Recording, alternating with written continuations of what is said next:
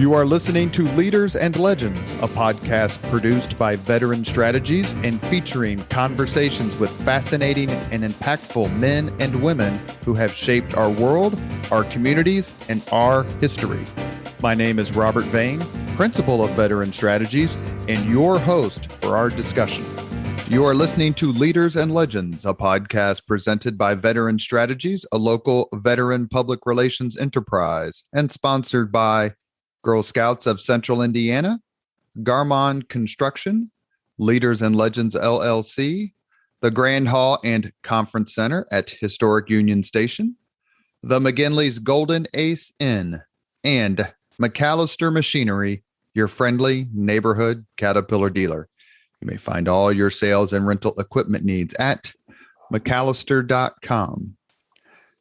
Thank you for joining us on the Leaders and Legends podcast. Our guest today is George F. Will, certainly one of the most brilliant and influential conservative and libertarian thinkers of our lifetime. A Pulitzer Prize-winning columnist, Will earned his PhD from Princeton University in 1968. He has written several books, received multiple honorary degrees, and numerous other awards and recognitions. I would read them all, but then we would have no time for questions.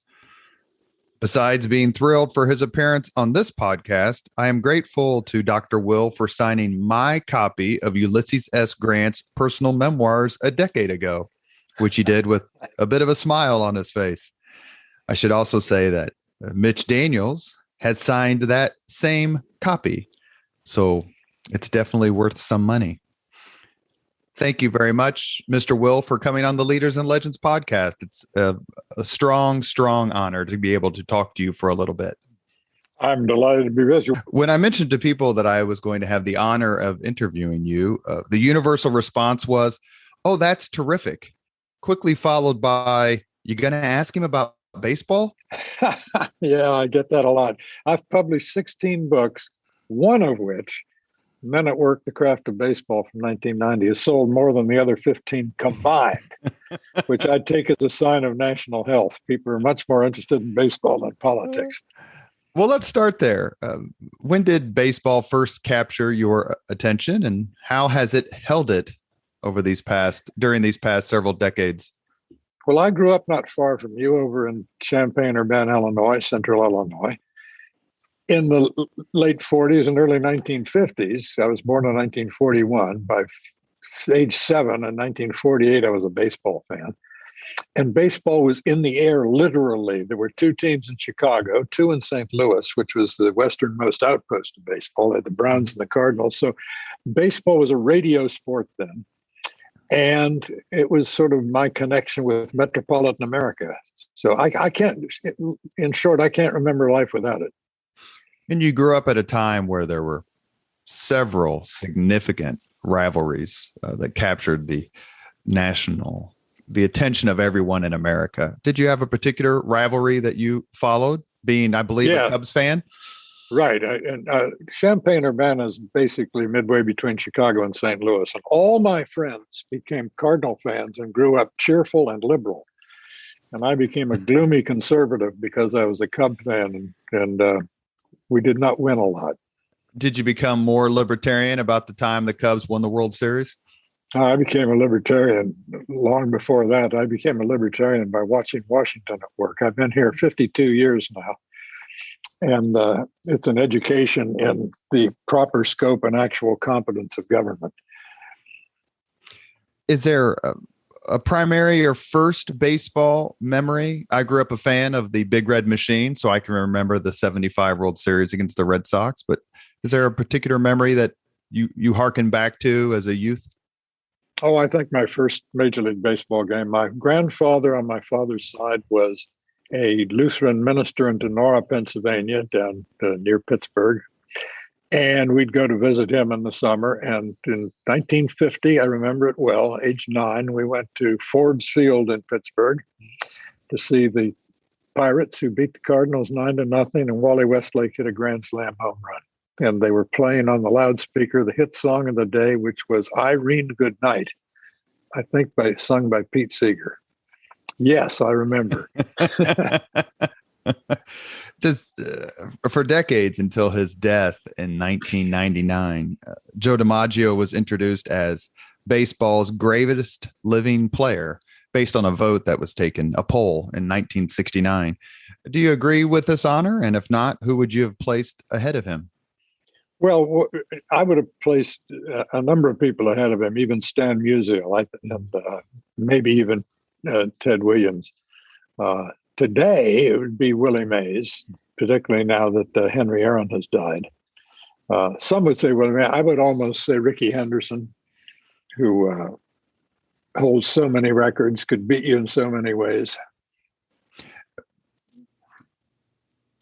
Ted Williams seemed to have been both a hero on the field and what John Wayne would have actually been like. He was a sports hero. He was a war hero. Did you ever get a chance to meet him? And do you agree with the oft given praise that he's the greatest hitter who ever lived? He's certainly up there with Tony Gwynn, Rod Carew, Rogers Hornsby, other pure hitters. Yeah, I met Ted Williams. I'll tell you a story. I don't think this is in my book, but it should be. A group of us used to meet upstairs at 21 restaurant in Manhattan, and we'd invite for dinner, and we'd invite in a Hall of Famer, Robin Roberts, and some others came. And we invited in Ted Williams once. Now, he was in a wheelchair then, but he was still sharp as a tack. And 4 years earlier, I had reviewed some books about Ted Williams for the New York Times Sunday Book Review, in which I had said, if the game was tied and the winning run was on second base, first base was open, and Ted Williams was at the plate, and 3-2 count, and the pitch was an inch off the plate, he wouldn't swing at it. He'd walk to first base rather than expand his strike zone. And I said, some people say that's not the way you ought to play baseball. So 4 years later, I'm over in the corner of this room, and Williams comes in. He looks over and he spots me, and he says, George Will, you are a terrific columnist, but you don't know expletive deleted about baseball. and he chewed on my leg for about 3 hours. It was probably the highlight of my life. What did you write, or what did you say or not say that caught his attention? Well, just that some people said that maybe he should have swung at a pitch and not walked to first base, should have driven in the run.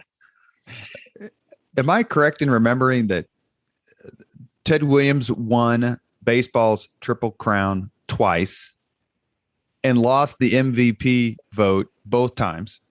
Correct.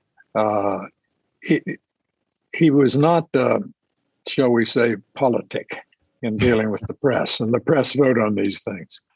And I don't think he gave a damn, frankly. In the year he batted .406, he lost the MVP to Joe DiMaggio because of the hitting streak. Right, exactly right. Is it a surprise to you? It's not a surprise to us here in Indiana, but is it a surprise to you that Ted Williams and Bobby Knight were such close friends? Not a bit. No, I got to know Bobby Knight quite well.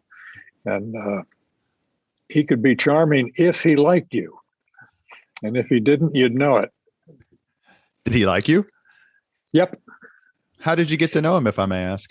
Well, he brought his Indiana team to Washington for a regional in the NCAA March Madness.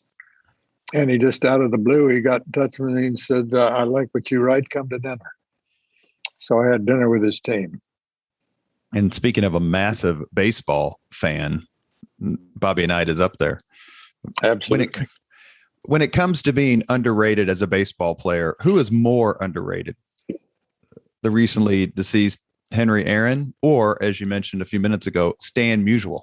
They both seem to kind of be overshadowed somehow. Yeah, I think Musial's the most underrated. If Musial had played in New York rather than his entire career in St. Louis, he would be ranked in the top 5 players of all time, I think. I thought one of the great statistics in baseball is a game of statistics, obviously, but is that if Henry Aaron had never hit a home run, he still would have more than 3,000 hits. That's correct. No, Aaron, I think intelligent people of goodwill can differ as to whether Ruth, Aaron, or May is the greatest player of all time, but that's it. Those three, I think, are preeminent. Did you get to know Yogi Berra pretty well? And would you have him as your catcher on your all-time team? Those of us who are Johnny Bench fanatics would maybe fuss a bit. Well, you and I are in agreement on this. Bench is that's one of the easiest. If you go around the infield, the diamond saying who's the best of all time, the two easiest to me are catcher and third base, Johnny Bench and Mike Schmidt. Head of Brooks Robinson, just because of the power? Yeah, but that's a lot of power. and Schmidt was no slouch, piling up Gold Gloves himself. If you could have been present at any baseball game ever played, which one would you choose? Easy choice. Game 7, 1960 World Series, when the Pirates, on a walk-off home run by Bill Mazeroski, beat the Yankees 10-9. Easy. My best game in baseball history, in my judgment. My brother, who's been a Pirates fan since the late 60s, is going to love that answer. He still sings "We Are Family" every time the Pirates highlights are shown, no matter what. Being a Pirates fan these days will age you. Oh, yeah, that's true. That's certainly true. And my team, the Reds, aren't doing much better. This is a somewhat controversial question, perhaps, but it depends on who you ask. If George Will could, would George Will place Pete Rose in the Hall of Fame? Nope. No, because he walked past probably 25,000 times on a billboard in every major league clubhouse in boldface the injunction that anyone who bets on Major League Baseball is subject to a lifetime suspension. He ignored it, and then he lied about it, and either baseball meant what it said or he didn't. It seems to me either baseball thinks it's important or it doesn't. And in that sense, I think he should not be in the Hall of Fame. It's partly because we have to decide what the Hall of Fame is. Is it simply a museum that gives a record of baseball, in which case he belongs? But if it is a shrine, and we talk about being enshrined in Cooperstown, and if the Hall of Fame means what it says in the instructions it sends to the voters, which stresses sportsmanship and integrity of the game and all that, then the answer is no. One of the most eloquent answers given to that same question I was watching, and it was Johnny Bench. And his argument was against Rose being in the Hall of Fame. And he said, well, then if you believe Rose should be in the Hall of Fame, then go home and tell your kids that there are no rules. Good point. Good point. Take me out to the ball game is your cell phone ring. That's my ringtone. Yes. If your entire book collection, which I'm assuming is voluminous, no pun intended, was dependent on one pitcher winning one game, whom would you place on the mound? One pitcher, one game. Oh, golly. I'm going to surprise you a little bit. Probably Tom Seaver. He's thoughtful. He's astonishingly talented. Won gobs of games. Probably Seaver. 3 Cy Youngs, as I recall. Yeah. What did you think when you watched Nolan Ryan beat the living hell out of Robin Ventura? It was 15 years or 20 years his junior. Yeah, well, it was a Texan. He's a cowboy out on the mound. Robin should have known better. Baseball sometimes is criticized and says it needs fixed. Do you subscribe to that view? And if so, how would you fix it? Clearly, it's lost some ground to football as the people say baseball is still the national pastime, but football is the national passion. Baseball does need to be fixed. The declining attendance says so. The fact that the ball is put in play less and less. Games get longer with less action. The great athleticism of the modern baseball players not on display because the ball is not put in play. the great defensive skills of Lindor and Arenado and Chapman and the rest are going to waste? Yes. I mean, in the most watched game of 2020, the last game of the Dodgers Tampa Bay World Series, the ball was put in play every 6.5 minutes on average. In the last 25 minutes of the game, it was put in play exactly twice. It's boring. And if they don't fix it, the baseball is going to become a marginalized niche sport. Do you have a favorite era of baseball? This well, decade? Everyone's favorite era is when they were 14.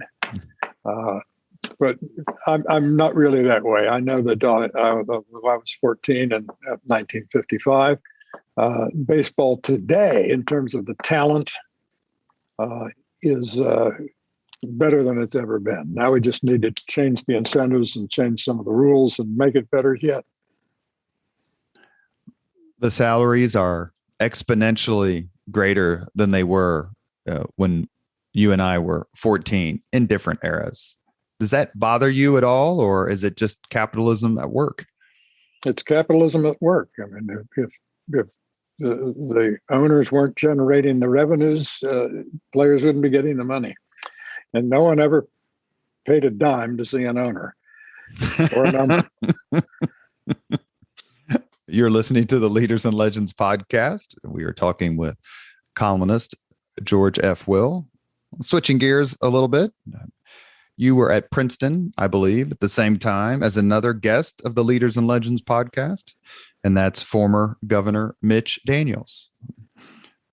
Please tell us a little bit about your friendship with him and how you came to write the foreword to his book, Keeping the Republic. Well, Mitch Daniels is one of the most accomplished and experienced people of government in our lifetime.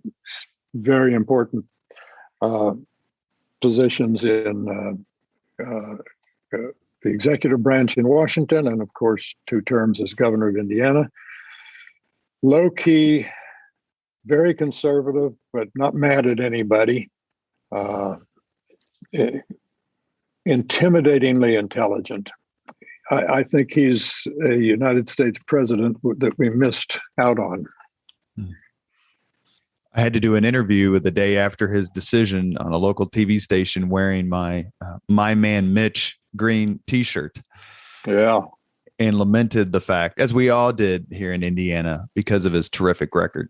But did you meet him at Princeton, or I know there's a Reagan White House connection too? I was at Princeton well before Mitch was, and I mean, I'm 80 years old and he's a child. But I met him in Washington, and then I had dealings with him as governor of Indiana. He's been to dinner in my house. We talk. We now both write columns. He writes columns occasionally as a contributing columnist to the Washington Post. So we're in the same business at last. You mentioned he's a president we missed out on, although Purdue gladly calls him so. Are there some other folks who you wish who had either been president perhaps, or maybe more realistically made a legitimate consequential run? Scoop Jackson, a Democrat from the state of Washington, was during the Cold War kept the Democrats focused on strong stands against the Soviet Union at a time when the McGovernization of the party was weakening their resolve. Scoop would have been great president. One of my best friends was another Democrat, Senator Pat Moynihan of New York, finest social scientist ever to serve in the legislative branch. I think he'd have been terrific. And served in most of my books, if you turn to the index, I think it's probably true in my new one, you'll see a lot of Moynihan references. And little known fact, he served in the Nixon administration. Yes, he did, and served Gerald Ford. And didn't he beat William F. Buckley's brother for the Senate race? Or yes, he did. He did in 1970. Two of my friends ran against each other, Jim and Pat. In the second podcast interview we did with Mitch Daniels, I asked him, quote, if George Will would be the first person he'd choose for his debate team. His response was, quote, yes, and you wouldn't need anyone else. That's very nice of Mitch. Thanks. If you were putting together a debate team of 4 or 5 conservatives or libertarians, whom would you choose? And I preface that remark by saying I watched some of and I'll ask you about it here in just a second. I watched some of the Panama Canal treaties debate last night to prepare for this podcast. It's on YouTube. It's spectacular. Whom would you choose? Among living folks? It doesn't have to be. Yeah. Well, Pat Moynihan, who showed when he was in the UN Security Council his tremendous skills, rhetorical skills. Ted Cruz, although Ted and I differ on a lot of things, but Ted Cruz, an accomplished advocate. He's argued before the Supreme Court. He's clerked for the Supreme Court justice. Those would be 2 to start with. Probably also Senator Ben Sasse of Nebraska is a Yale history PhD and very fluent. Am I remembering correctly that Lawrence Tribe, the significantly liberal law professor of Harvard, said that Ted Cruz was the brightest student he ever had? Well, that wouldn't surprise me. Is there anyone who you wouldn't want to see on the other side of the debate team? Someone who's Ted Cruz. Were you a fan of people like John Kenneth Galbraith and Michael Kinsley and some other sort of intellectuals who came out in the 70s and after? Sure. Michael, yes. Galbraith, no. Galbraith was a big star in the 1950s. His book, The Affluent Society, was very important in my intellectual formation. I read it when I was either a freshman in college or a senior in high school. And I said, whatever else is true, this isn't. And it was my recoil against the silliness of the affluent society that helped propel me toward conservatism. What did he get? Go ahead, sir. Well, he wrote that in 1958, I believe it was. It was published. And that was the decade in which America went. The decade began with Americans essentially having no television sets. Most of the television sets then were in bars. To the end of the decade, we'd become a television nation. And with this powerful marketing tool in everyone's living room, there was a great anxiety about the power of advertising to manipulate the American people. There was a book called The Hidden Persuaders by Vance Packard, and all was kind of a moral panic, not unlike the panic we're having today about social media manipulating us with their algorithms. And Galbraith said, without a smidgen of data to demonstrate this, he simply asserted that such is the power of advertising that manufacturers can manufacture demand for whatever they find it convenient to produce. Therefore, said Galbraith, because the American people are such a bovine herd of manipulable cows, therefore the law of supply and demand has been obviated, and therefore we don't need to respect consumer sovereignty because consumers really aren't sovereign. That was, and he had the misfortune of publishing this hymn of praise to the power of marketing just at the moment when the Ford Motor Company was putting all of its marketing might behind a new product called the Ford Edsel, which of course went nowhere because it turns out you couldn't manufacture demand for any old thing. In 1978, you participated in a firing line debate, the show made famous by William F. Buckley, about the proposed Panama Canal treaties. I watched it several years ago and then watched it again last night preparing for this podcast. It's somewhat surreal, if only because Senator Sam Ervin from the Watergate Committee is praising Pat Buchanan for his intellect and way with words just a few years after Pat Buchanan appeared before his Watergate Select Committee. Your memories of that debate, and specifically what interests me most is your relationship with William F. Buckley and what he meant to people like us who have a certain set of philosophies. Well, in that debate, it was Reagan against Buckley, assisted by two people. I and James Burnham, a national founding editor of National Review, assisted Bill, and Pat Buchanan and John McCain's father, an admiral, who was also the son of an admiral, supported Reagan. Bill, I went to work in Washington. I left the University of Toronto where I was teaching to go to Washington, intending to only stay a few years and then go back to teaching. At the end of 3 years, I decided I wanted to stay in Washington. So I called Bill, for whom I'd written a few things, and said, you need what you've never had, which is a Washington editor of National Review. Bill essentially said, you're right, I do, and you're it. Bill liked to collect young people who he thought had some promise.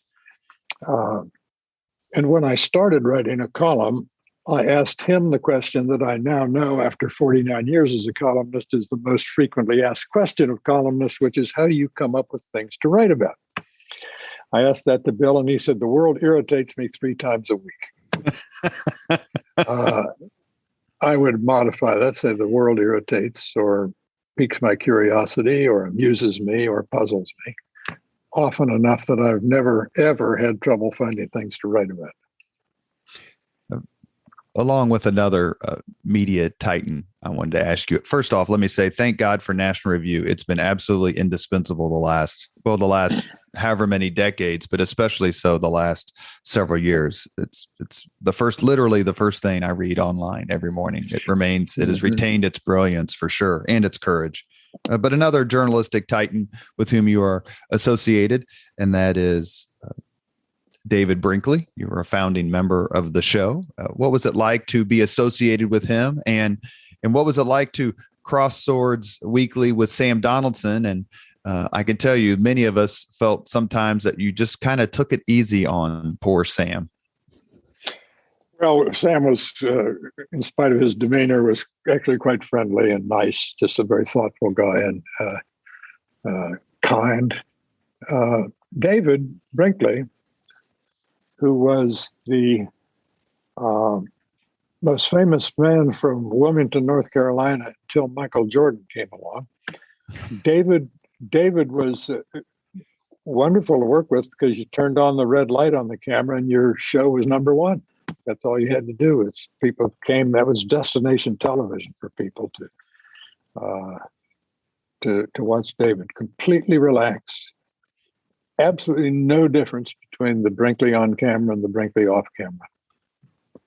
There's a YouTube clip about him playing poker with Winston Churchill. I didn't know that. And Harry Truman. And there's some other journalists, and they were taking Churchill's money. And Churchill got up to go to the bathroom when he was headed west, I believe, for the Iron Curtain speech. And Truman said, this guy kind of saved Western civilization. Maybe we ought to let him get his money back. And Churchill won all his money back. I see. I'm surprised David let him do that. Last few minutes here with columnist George Will on the Leaders and Legends podcast. I saw you a few weeks ago. You were here in Indianapolis speaking for the Remnant Trust, a terrific organization with strong roots here in Indianapolis. But one of the first things I mentioned to you when I invited you, and you gratefully and graciously accepted to be on the podcast, is that I had just interviewed Alan Gelzo, historian who currently works at Princeton, formerly at Gettysburg College, who has written a new biography of Robert E. Lee. You also just wrote a review of this book. What did you think about it? And what do you think about the recent reevaluation of Lee's counterpart, Ulysses S. Grant? It's an excellent biography. I recommend it to everyone. Although, B, one of the things that struck me about it was what a bore Robert E. Lee was. He lived through some of the great arguments of American history about freedom, slavery, justice, honor, the nature of the Union, the Constitution. And so far as I can tell, Lee never said an interesting thing, never had a thought that was memorable. Again, I'm from Central Illinois, Lincoln Country, and I have not a smidgen of sympathy for those who tried to destroy the country, which the Confederacy tried to do. I think that the rehabilitation of the reputation of Ulysses Grant, probably the best writer among American presidents. Certainly his war memoirs are the greatest book I think ever produced by an American president. Ulysses Grant, it's interesting, his reputation was revived by a non-academic historian, Ron Chernow. Mm-hmm. And this is indicative of the fact that while Americans have a ravenous appetite for serious history about great American figures, that appetite is most often satisfied not by academic historians who have lost the thread of how to address a large audience, but by non-academics. Grant always seemed to have suffered in comparison to Lee as a general. I used to give speeches to Civil War roundtables around the Midwest about the relationship between Grant and Lincoln and how that was the cement that bound the war effort together that eventually prevailed. But Lincoln often spoke of several objectives: freeing the Unionists of East Tennessee, freeing the Mississippi River for navigation, the capture of Lee's army, or the defeat of Lee's army, and the capture of Richmond. And Grant was the man who gave him all four. What explains the veneration of Lee somewhat at the expense of Grant? Is it just the lost cause theory and that movement cult, or something else? The lost cause is a big part of it. Second, the fact Lee had this goody two-shoes demeanor. I mean, he went through West Point without a single demerit, which is remarkable. He was stolid. He wasn't part of the confessional culture of the modern world. He kept his feelings to himself. And I do think the Gone with the Wind type of sentimentality about the South that we went through in the 1930s when that movie was made, and when Douglas Southall Freeman published his worshipful 4-volume biography of Lee, that all contributed to it. It's not something I think, looking back on it, that Americans should feel proud of. Hagiography hardly describes Freeman's view of Lee, especially. Yeah. Who else do you think is overdue for a reexamination, for good or for ill? Oh gosh, I don't know. I mean, I've just read the new biography of Calhoun, who strikes me as extremely bright and extremely unpleasant, a very bad influence, but a man of great talent. My pin-up among the founders really is James Madison as a political philosopher and thinker and practitioner. But he was 5'4", he was soft-spoken, he was a shrinking violet, and doesn't lend himself to biography, I'm afraid. And his performance as commander-in-chief is lacking. Left much to be desired. At the same event in which you signed my copy of Grant's memoirs, I sent up a history question for your consideration. The MC read it to you and you chuckled and said, "I need some time." So it's been 10 years, although I'm sure you haven't been pondering it. But what is your Mount Rushmore of the greatest Americans who were never president? John Marshall is, I think, the third most important American ever, behind Lincoln and Washington. John Marshall, arguably another Marshall, George Marshall, who was so important to winning the Second World War and launching our architecture of containment in the Cold War. Two others, I think you could, make a strong case for Henry Clay, who tried unavailingly, but bought a lot of time to prevent the sectional divisions in the country from becoming civil war. The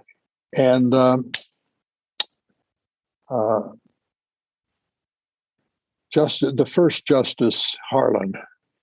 John Marshall Harlan? Or? Yes, who was named after the great Chief Justice and who dissented memorably in the odious Plessy v. Ferguson decision that ratified the separate but equal segregation policies. Those four.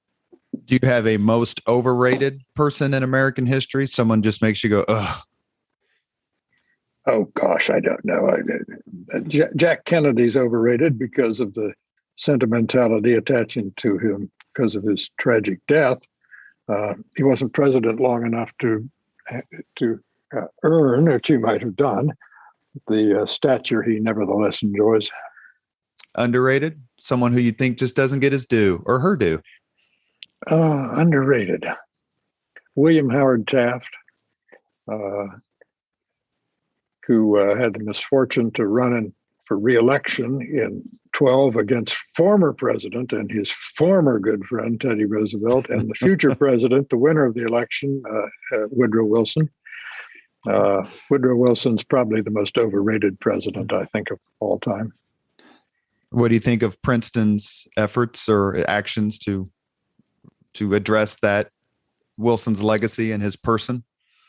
I can understand what Princeton did, that Woodrow Wilson, people did not pay sufficient attention to the fact that he was at heart a Confederate. He was from the South, grew up in Southern Virginia. His father had been a minister in South Carolina. He was a Confederate sympathizer. He showed the first movie ever shown in the White House, which was the odious Birth of a Nation, celebrating the Ku Klux Klan and Nathan Bedford Forrest, who was a war criminal. So I think taking Woodrow Wilson down a peg or two is just fine. When you hear today, you hear all the time, politics is worse than ever. We're more divided than ever. People need to come together. This is the worst time in our history. Your response is? Oh, they should have been around in the 1790s when our party system was just forming and we were learning how to be partisan, or in the 1750s when we were definitely coming to blows on the floor of the Congress over their sectional differences and the rather large question of whether some human beings could own other human beings. So we've been here before. We've come to the point in the Leaders and Legends podcast where we ask the same 5 questions of all of our guests. For George F. Will, number 1, what was your first job? Paperboy, delivering the Champaign-Urbana Courier every afternoon. I'd fold the 50 papers, stick them in the canvas bag on the handles of my handlebars of my Schwinn, balloon tire Schwinn, and throw them on people's porches. What was your first concert? I've been to many. I guess I've been to Michael Jackson and Alan Jackson and Rolling Stones, but I think the first might have been Bruce Springsteen, because Springsteen's drummer in the East Beat band became a kind of friend. He's actually moving to Washington now, and he invited me to go and meet the boss, which I did. You're good friends with Max Weinberg. Yeah, good fella. You have an eclectic friend list, Mr. Will. Yes, I do. Number 3, if you could suggest any book for someone to read, which book would you recommend? I wouldn't recommend a book. I'd recommend an essay called I, Pencil by John Reed, R-E-A-D, that makes the point that no one can make a pencil. No one can make a pencil, that there are millions of people involved in the making of a simple yellow lead pencil. And if you want to know why that's so, read the essay. And if you read the essay, you will understand the importance of globalization, of free trade around the world. Number 4, if you could witness any event in history, be there as it happens, which event would you choose? Lincoln's second inaugural, because it's one of the great oratorical masterpieces of human experience. And second, I would have warned him about the man who's in the photograph standing below him named John Wilkes Booth. I said, watch out for this fellow. Last question. If you could have dinner with anyone living today, 2 hours off the record, just to chat, whom would you choose? Buck Showalter, who knows more about baseball than almost anyone. And he's funny as can be. You have been listening to the Leaders and Legends podcast. It's presented by Veteran Strategies, a local veteran public relations enterprise, and sponsored by Girl Scouts of Central Indiana, Garmon Construction, Leaders and Legends LLC, the Grand Hall and Conference Center at Historic Union Station, the McGinley's Golden Ace Inn, and McAllister Machinery, your friendly neighborhood Caterpillar dealer. Our guest today has been Pulitzer Prize winning and influential thinker George F. Will. We've discussed baseball, politics, and history. I'm very, very grateful for your time. Glad to have been with you. Thank you very much for listening to Leaders and Legends, brought to you by Veteran Strategies Incorporated. If you want to contact us about this program or our menu of public relations services, please send us an email at robert@veteranstrategies.com. That's robert@veteranstrategies.com.